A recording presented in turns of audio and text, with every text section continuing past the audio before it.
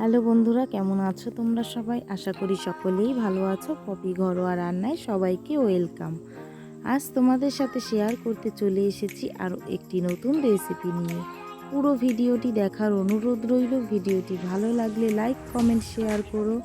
চ্যানেলটিকে সাবস্ক্রাইব করো আরও নতুন নতুন ভিডিও পেতে। আজ করব ওলের ডাঁটা ভর্তা।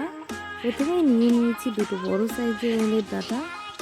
এখন আমি ছোট ছোট টুকরো করে কেটে নেব ও উপরে আঁশ ছাড়িয়ে নেব। এই দেখো কিভাবে ছাড়িয়েছি, তোমরা দুটো একসাথে দেখলেই বুঝতে পারবে।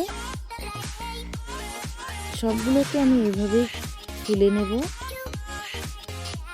দেখো ছোলা হয়ে গেছে, এখন কুচি কুচি করে কেটে নেব। মশলার জন্য আমি নিয়ে নেব পেঁয়াজ, রসুন ও শুকনো লঙ্কা। পেঁয়াজ, রসুন, শুকনো লঙ্কা আমি একসাথেই মিক্সচারে দিয়ে দিচ্ছি। এখন এগুলোকে আমি পেস্ট করে নেব। দেখো পেস্ট করা হয়ে গেছে। রান্নার জন্য উনুনে বসিয়ে দিয়েছি কড়াই। কড়াইটা গরম হলেই দিয়ে দেব সর্ষের তেল। তেল দিয়ে দিলাম।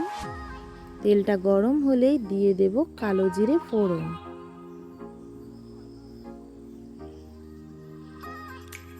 দিয়ে দেব করে রাখা মশলা। মশলাটাকে একটু কষিয়ে দিয়ে দিচ্ছি স্বাদ মতো নুন ও পরিমাণ মতন হলুদ। নুন হলুদটাকে আমরা মিশিয়ে নেব মশলার সাথে। একটু কষিয়েই দিয়ে দেব কেটে রাখা ওলের ডাঁটাগুলো।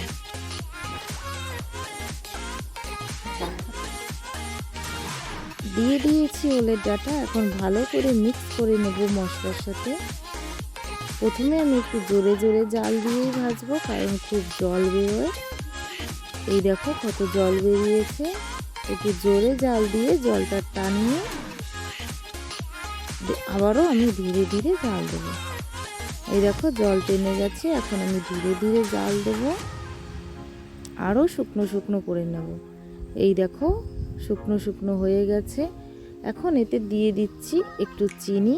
চিনিটাকে ভালো করে নাড়িয়ে চাড়িয়ে মিক্স করে নামিয়ে নিলাম একটি পাত্রে। তো বন্ধুরা, আজকের রেসিপিটা তোমাদের কেমন লেগেছে